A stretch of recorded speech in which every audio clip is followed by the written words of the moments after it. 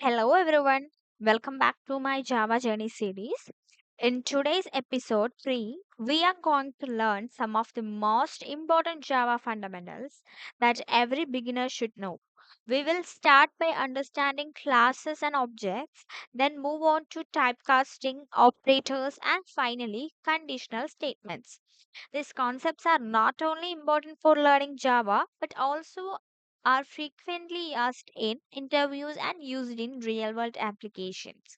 So, let's get started.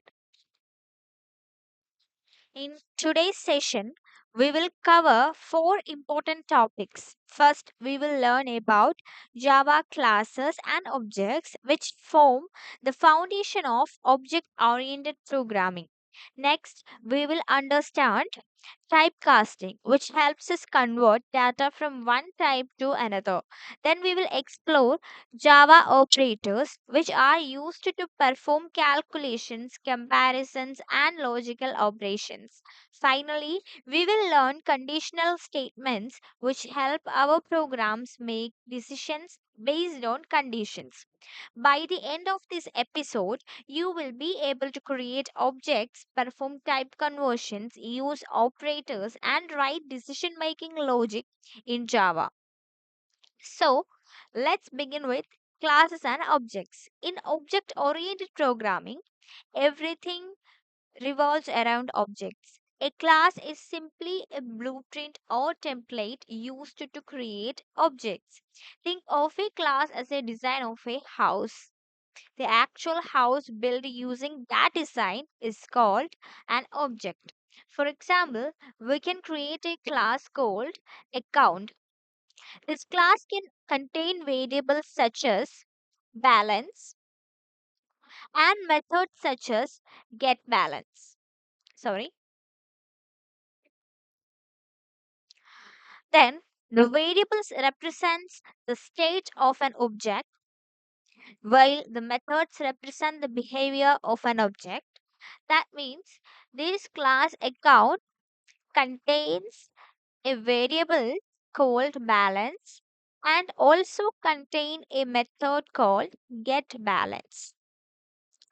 When we create an object using the new keyword, here we can see that an object is created using new keyword. Java allocates the memory for that object. So, in a variable account, there is a new object created, or Java allocates new memory for this object. For example, here that is given account is equal to new account. Here account is the class. Account is our class and ACCNT. This is the object. Objects allows us to access the variables and methods defined inside this class. This is one of the key principles of object oriented programming. So, this is a class and this is an object. Using this object, we can access the methods inside this class and also the variable.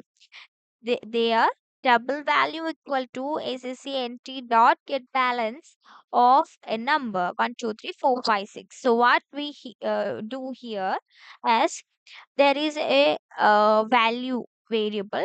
In that value variable, we are calling using this object to this get balance method. So this number or the value 1, 2, 3, 4, 5, 6 will be going to this index. So 1, 2, 3, 4, 5, 6 will be the x here and they will return the balance. Okay. Then here is also we given an example of object. An object is a real instance of a class. What is the example? Here account is equal to new account and this is a class and this is an object. Actual house is the object. Here we are returning a balance and here we have already allocated that balance is 500. So balance will be returned to this value. And when we print, the balance is the value. Here the value is 500. How the value became 500? We are calling an ACC dot get balance method using this object created, and this value will be going to here. We are not using this x value any in any arithmetic operations here. So the balance will be printed just from the above variable declaration. And also, so here is a quick revision that class is the blueprint or template, object is the instant of class, and variable is the state, method is a behavior or action, main method. Here public static void main string of args. Here is the point where the execution of this program starts. So the next page is Java typecasting. Okay, now let's understand the typecasting. Typecasting means converting a value from one data type to another. Java supports two types of typecasting. First one is the widening casting, also known as implicit casting. In widening conversion, a smaller data type is automatically converted into a larger data type. We need not to be manually converted. No explicit conversion is needed here. Like if we see here, int I is equal to 300, long L is equal to I. Here this I, long L is equal to I. So this int is automatically converted to long, and here float f equal to L, where the the 300 become long here, and this will become float here. No explicit typecasting is needed. Int, long, float, double, everything are included under the widening conversion. Since no information is lost, Java performs this conversion automatically. The second type is narrowing conversion. For going to that, let's see an example. Here we have printed this already. Int value is 300, long is 300. Here we are not seeing any difference because int and long both are used for whole numbers. Only the difference size become different, and 300 is same in both int and long. But for float, there is a pointed or decimal value. That's why we are using a point zero. So int, long, float. If we go from int to float, then there is no explicitly conversion needed. So that's why here we are calling it as implicit conversion, otherwise widening conversion. Okay. Then comes the narrowing conversion. Okay. So converting a larger data type to a smaller data type is what we call as narrowing conversion, otherwise called as explicit conversion. In this case, a larger data type is converted into a smaller data type. See, double is higher, or double is larger data type than the low. So if we are using double is equal to 234.04, and long L is equal to long of D. Why we are using here like this? Double is higher in position than the low. So we must use long of D to convert D to long. Okay. Then int is smaller than long. That's why we are using int of L. Okay, this is what we call as explicit typecasting in Java. This is really very important. See these values, double values 234.04, and in long, while converting to long, it is rounded, and in value the same. But still, the explicit conversion is needed because in here coming to this, double is bigger than long than in. In this long lower in position than long and double. And since the data may be lost during the conversion, like you can see here 04, and it is lost, this information is lost while converting to low, we must explicitly tell Java to perform the conversion using typecasting syntax. So we also have the instance of operator. The instance of operator checks whether An object belongs to a particular class or interface. It returns either true or false. Okay. You can see here public instance example. A program is written. String name is Java. System.out.println. Name instance of string. What does this means? Instance of string. It will return either true or false. Okay. What is we are here?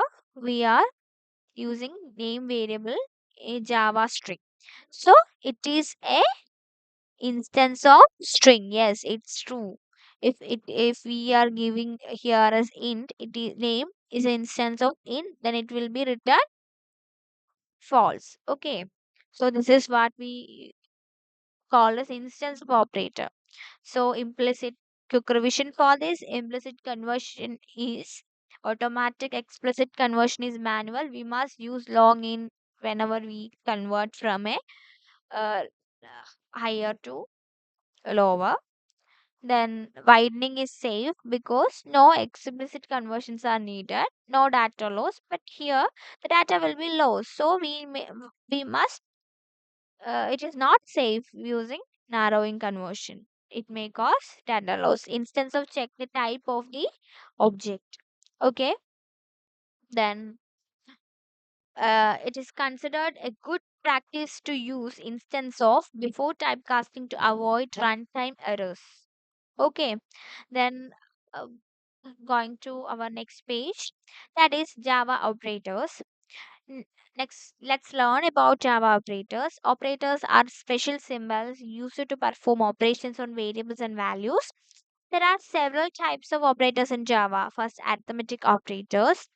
These are used for mathematical calculations such as addition, subtraction, multiplication, division, and modulus. Example include plus, minus, multiplication, division, and percentage operators. Second is relational operators.